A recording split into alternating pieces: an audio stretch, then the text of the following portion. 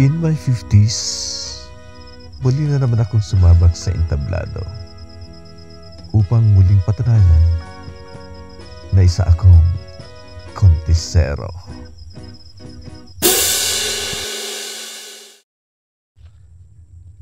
Ano man ang propesyon mo sa buhay, perming yaon ang musika. Ako po si Ireno Alcala. Si Kuya Ido po, kan Barangay Baliwag Nuevo, Minalabay, Camarines Sur.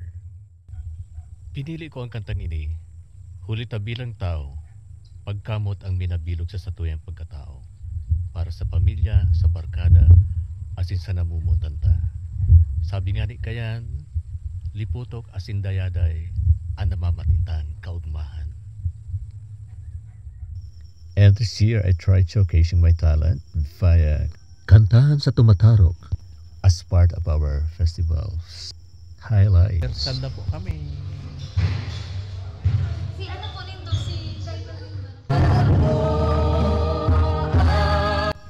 And once again, the gift of music overflowed in my veins, so they say, as a blessing from God, showcasing my inner talent through music.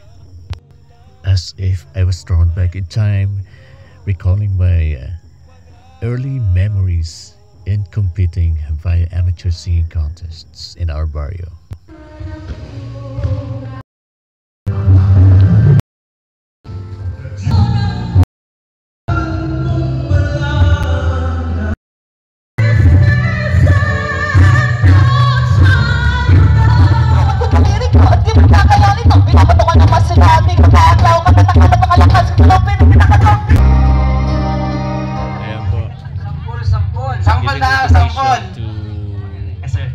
The judges.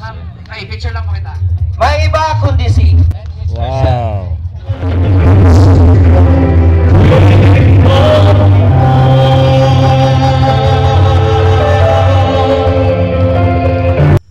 And the entire April of 2024 saw me participating in many invitational amateur singing contests bound in Camarines Sur.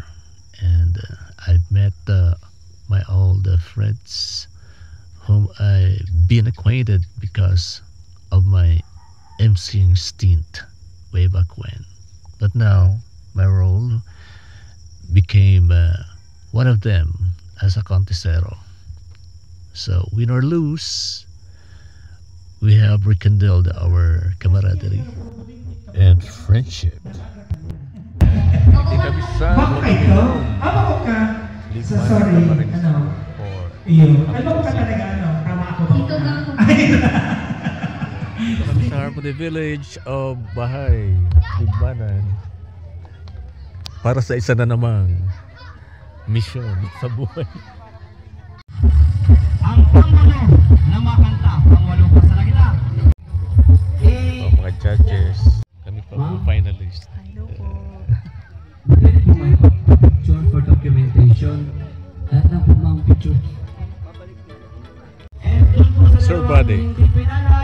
Maraming salamat din po. Ano? I'm always looking forward to being a contisero or a amateurista, and this will be a memorable part of my life.